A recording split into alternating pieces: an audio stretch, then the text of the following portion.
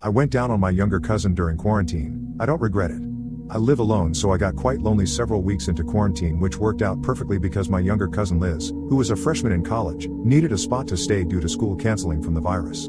I had an empty room left where my ex-wife moved out and got divorced with me.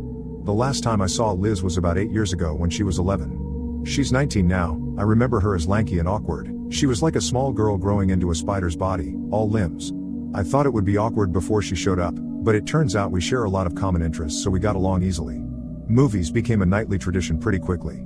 Around 6, we would each pick a movie we thought the other person might like, watch one, make dinner, and watch the other. Honestly, my favorite part of Liz being there was the help in the kitchen. It felt like I had a mini Gordon Ramsay in my house.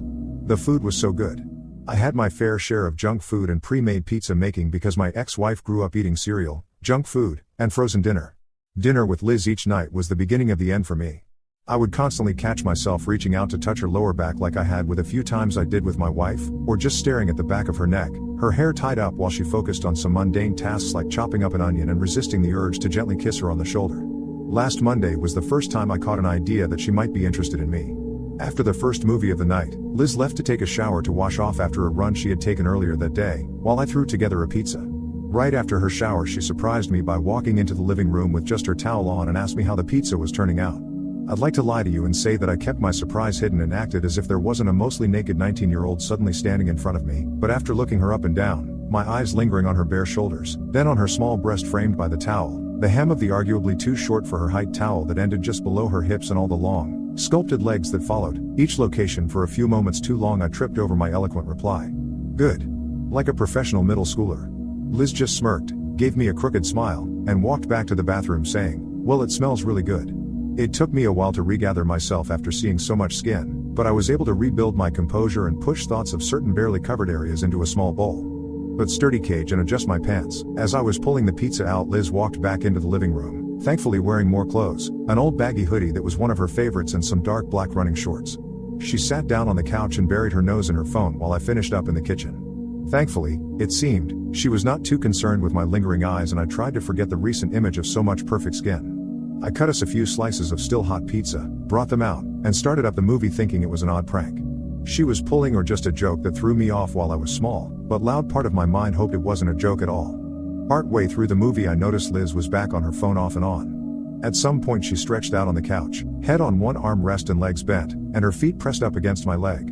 She kept shifting her legs trying to get comfortable until I asked, "Want to stretch them out?" and patted the tops of my legs. She just smiled at me and stretched them out, letting her feet rest on my lap. I instinctively shifted my hands out from under my blanket and started massaging her cold feet before I realized what I was doing and froze. I slowly looked over and saw her staring at me, a questioning, but not uncomfortable look on her face. I used to massage Nicole's ex-wife feet all the time like this, just instinct, sorry. And I started to desperately search for a new place for my hands. Liz spoke up for the first time since the movie started, laughing a little as she spoke. "I don't mind at all. It actually feels really nice. I went on a long run while you were at work, so you won't hear any complaints from me." And so, I kept massaging her feet, listening to her breathing, and paying almost no attention to the movie.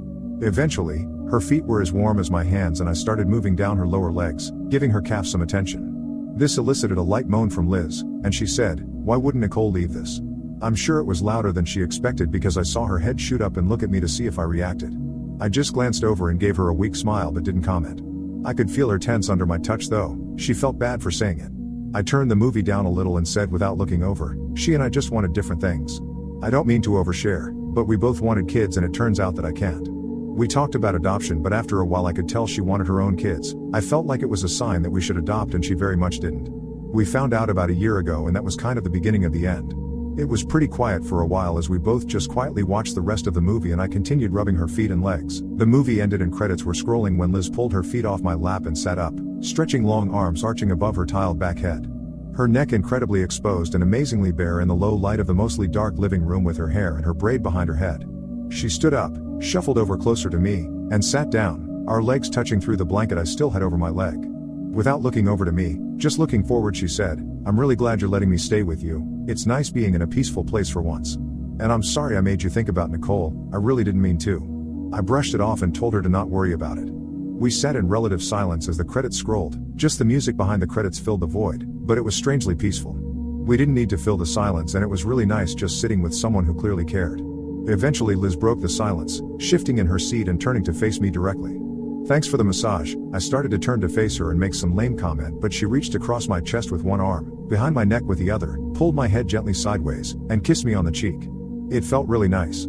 Her breath on my neck as she moved closer to me, the surprise contact of just a simple touch across my chest, and her warm lips pressed against my cheek sent a cool fire running down my legs, and I could feel myself reacting. Thank God for blankets and semi-constructive jeans. She lingered for a few moments, and I could tell she was staring at me, searching for a reaction. I knew I couldn't stay there for long and make a good decision, so I gently took and moved her hands off my neck, stood up and said, "I still need shower, mind putting the pizza away?" Liz gave me a sad smile in the low light of the living room and nodded. I very pointedly did not run to the bathroom, turned the shower on cold and stripped out of my clothes.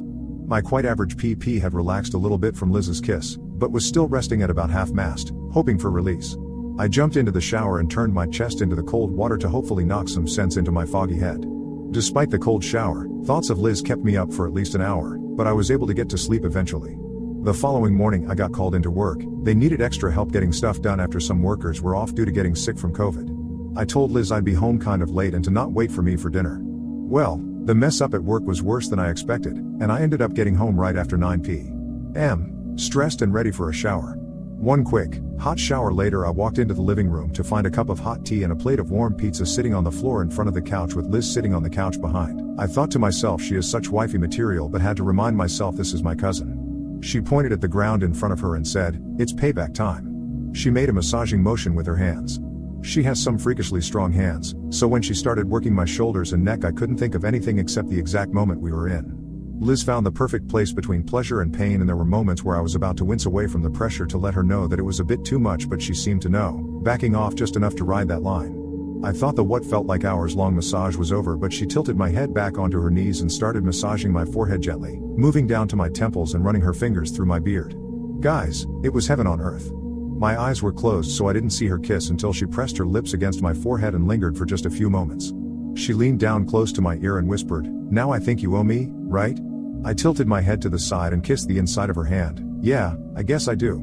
I watched her ass bounce just a bit in her running shorts as she walked down the hall towards her bedroom. I thought about Liz in a new light. I knew she was into me and started to play tricks on the man's sword, as they call it.